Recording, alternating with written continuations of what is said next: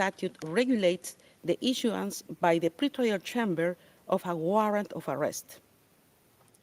Pursuant Article 58(1)b of the statute, a chamber assesses whether the arrest of a person appears necessary. 1, to prevent a person from not appearing at trial. 2, to prevent a person from obstructing or endangering the investigation or the court proceedings. Or 3, where applicable, to prevent the person from continuing with the commission of that crime or a related crime which is within the jurisdiction of the court and which arises out of the same circumstances. In accordance with Article 60.2 of the statute, the person subjected to a warrant of arrest under Article 58 of the statute may apply for interim release pending trial. The pretrial chamber's ruling on such an application under Article 60.2 of the statute is provisional in nature, to the extent that it will be periodically reviewed at least every 120 days or at any time following a request by the detained person or the prosecutor, if satisfied that the circumstance so require. The pretrial chamber may modify its initial ruling on detention, pursuant Article 60.3 of the statute and Rule 118.2 of the Rules of Procedure and Evidence. Regarding the first ground of appeal and the question of whether the pretrial chamber erred in law by relying on hypothetical and non-specific risks to find that continued detention is warranted, the appeals chamber recalls that in determining whether the conditions pursuant Article 60.2 of the statute had been met, a chamber must find that detention appears necessary. In this context, the appeals chamber observes that a determination shall be made concerning the possibility and not the inevitability that one of the events listed in Article 58(1)b of the statute will occur, and that it is the responsibility of the relevant chamber to weigh the evidence before it pursuant to the relevant standard.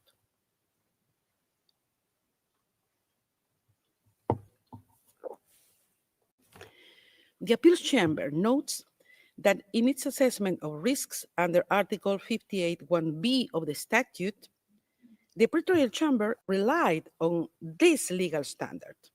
Indeed, the pretrial chamber correctly referred to the standard that the assessment under Article 58(1)b of the statute concerns the possibility, not the inevitability, of a future occurrence.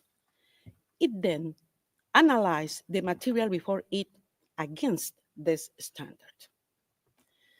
Accordingly, the defense has failed to demonstrate that the pretrial chamber misapprehended the legal standard relevant to the assessment of risks under Article 58(1)b of the statute. With regard to the pretrial chamber's assessment and weighing of evidence in assessing risks pursuant Article 58(1)b, subparagraph 2 of the statute, the appeals chamber notes that the pretrial chamber made reference to 5 documents, including media articles, publications of non-governmental organizations, and a book which, in its view, indicated that Mr. Duterte's inclination to interfere with investigation against him. In relation to the first document, a media article, the appeals chamber finds that it was not unreasonable for the pretrial chamber to rely on this document for its finding.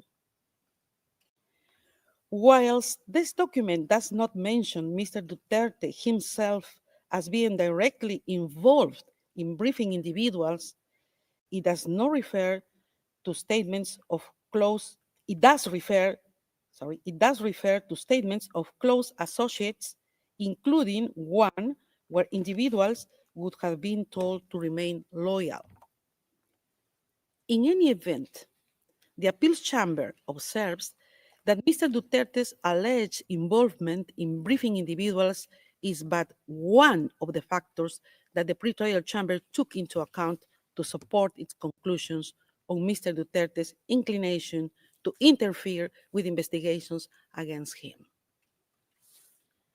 In relation to the other four documents, a book, two publications of non-governmental organizations, and a press article, the appeals chamber recalls that there does not exist in the applicable law of this court any impediment to use of newspapers, articles, or other public or open sources for the purposes of assessing the requirement under Article 58(1) of the statute. Nor is there any requirement that such material be corroborated. Noting this, the appeals chamber considers that it is possible to discern how the pretrial chamber reached its conclusion on Mr. Duterte's alleged involvement in the threatening and taking of retaliatory actions against individuals opposed to him. In any event, the appeals chamber observes that this is only one of the factors that the pretrial chamber took into account to support its conclusion on Mr. Duterte's inclination to interfere with investigations against him, and more generally, on the risk of Mr. Duterte obstructing or endangering the investigations or the court proceedings.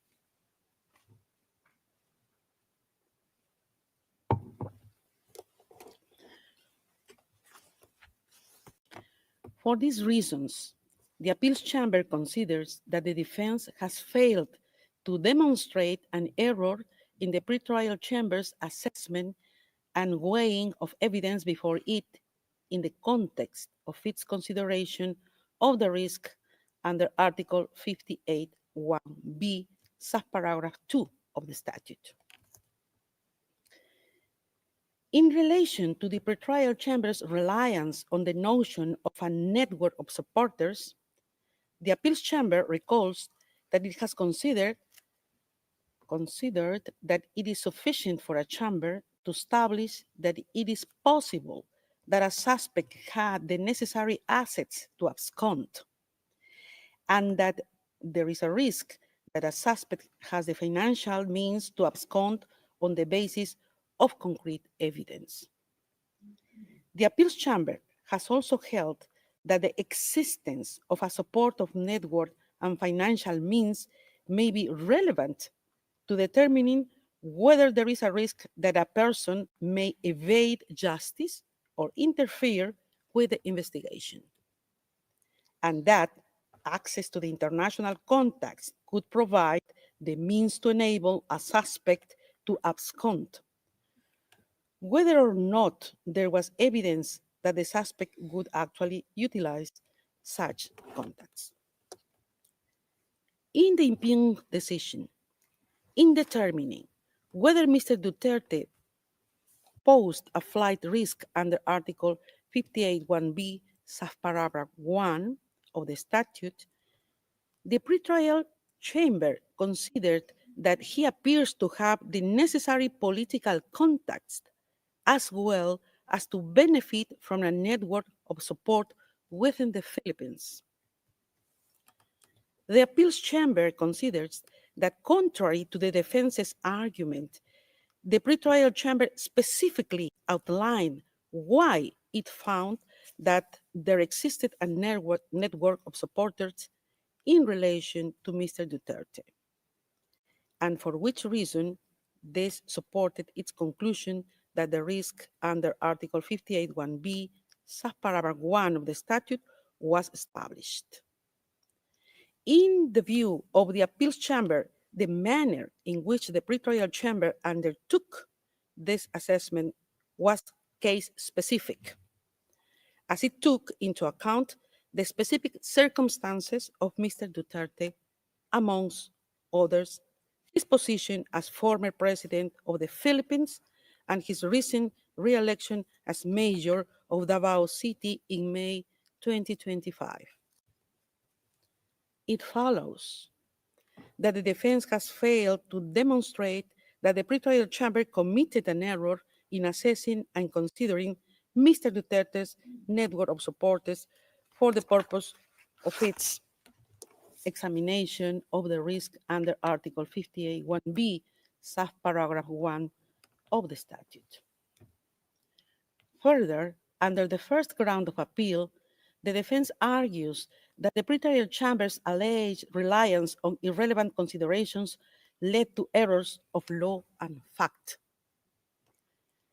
Regarding the arguments on the assessment of evidence, and in particular, the defense's contention that a number of factors relied on by the pretrial chamber were irrelevant, the appeals chamber notes that when assessing the risk under Article 58(1)(b), subparagraph 1 of the statute, the pretrial chamber relied on several factors in support of its finding that such risks existed. It relied on a statement by Mr. Duterte, statements by others, Mr. Duterte's position as a former president of the Philippines and his recent re-election as mayor of Davao City, as well as the matter of the gravity of the alleged crimes and concomitant sentence in case of conviction. The appeals chamber observes that the defense does not explain why, in its view, these factors were irrelevant to the pretrial chamber's assessment. Without more, the defense has failed to substantiate that the pretrial chamber's reasoning and assessment were unreasonable.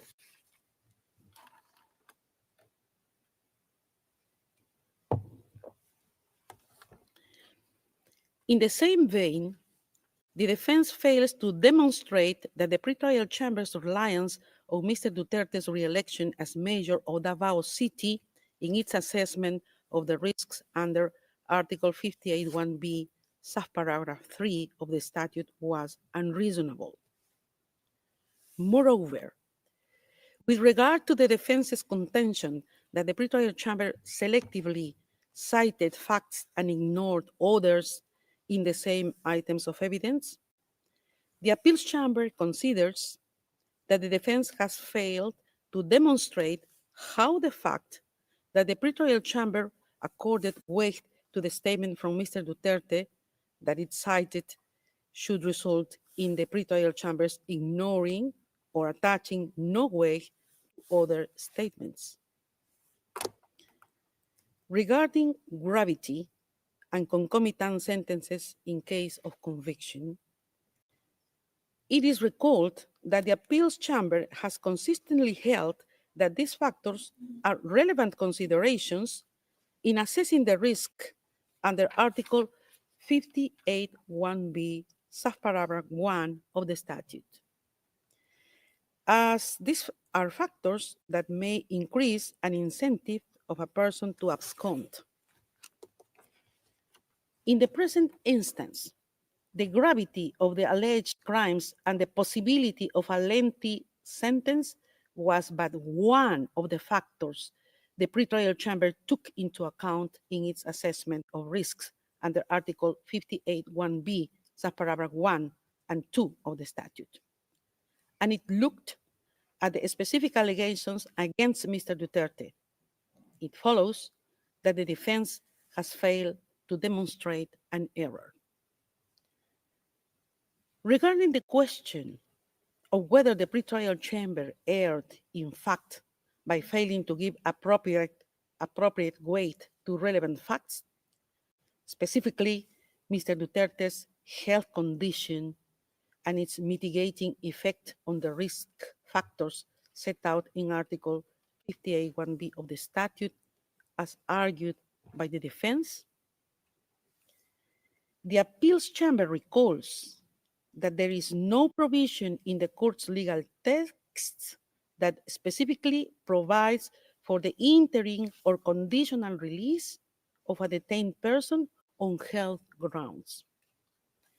Nevertheless, the appeals chamber has indicated that the medical condition of a detained person may have an effect on the risks under Article 58(1)(b) of the statute and may be a reason for a pretrial chamber to grant interim release with conditions. The appeals chamber considers that such a determination is necessarily case-specific. Contrary to the defense's assertion, nowhere did the pretrial chamber suggest that it was precluded from assessing the information about Mr. Duterte's health within the context of its assessment under Article 60.2 of the statute. Rather, it noted the reports placed before it and considered that they were unable to affect its finding on risks under Article 58(1)(b) of the statute. The defense has failed to show that the pretrial chamber's approach was unreasonable. For these reasons, having rejected the defense's argument under this ground of appeal, the first ground of appeal is rejected.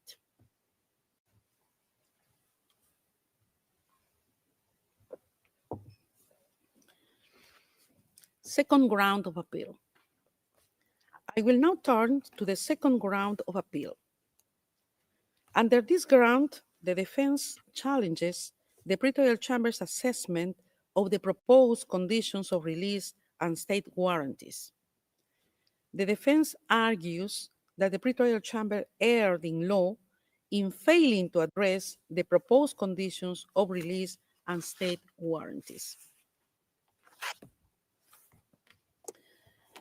The appeals chamber is of the view that the pretrial chamber did not appear to criticize a lack of detail in the proposed conditions, but rather in the details as how the state which accepted to receive Mr. Duterte would implement the necessary conditions.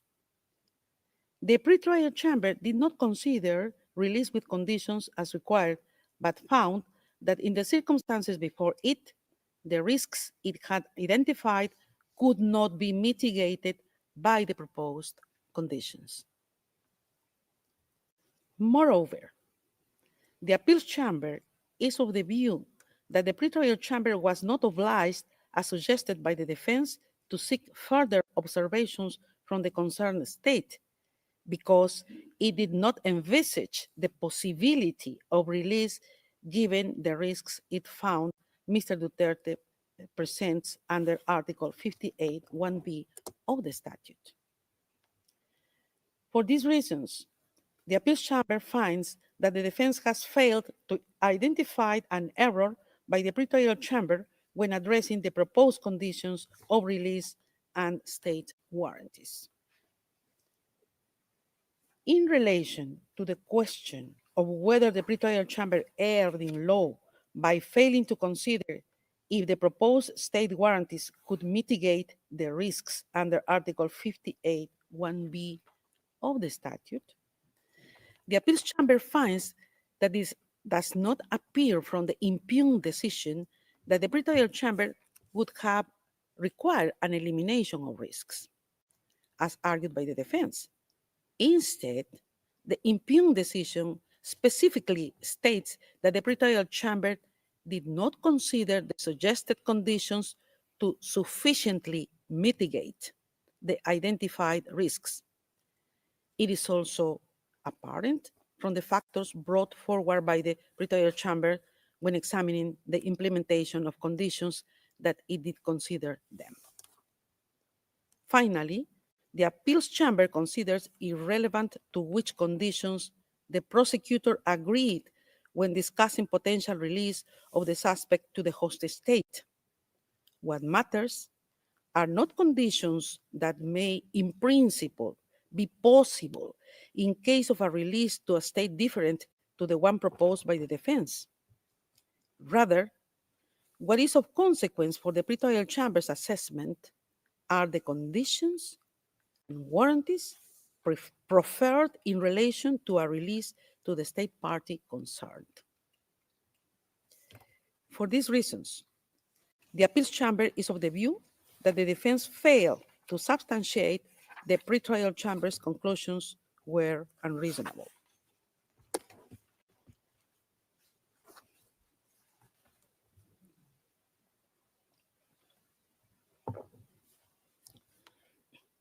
Regarding the defense's contention that the pretrial chamber erred in fact and law by taking into account irrelevant considerations in respect to the state warranties, the appeals chamber considers that the pretrial chamber's finding mainly related to the implementation and enforcement of the proposed conditions.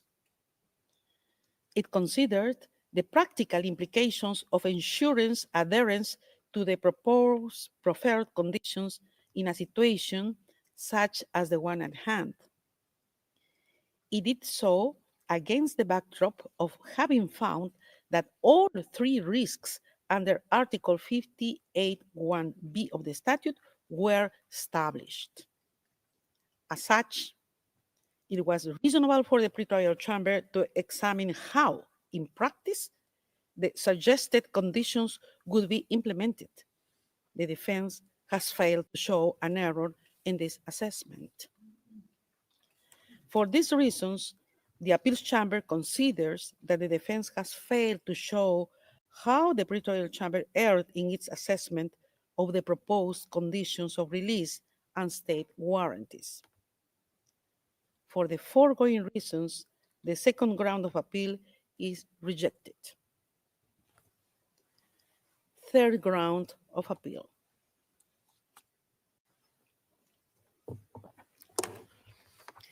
Regarding the third ground of appeal, within which the defense argues that the pretrial chamber erred in not considering humanitarian grounds either as independent consideration or mitigating factor in assessing interim release, the appeals chamber considers that the pretrial chamber did not refuse to address the question of interim release on humanitarian grounds.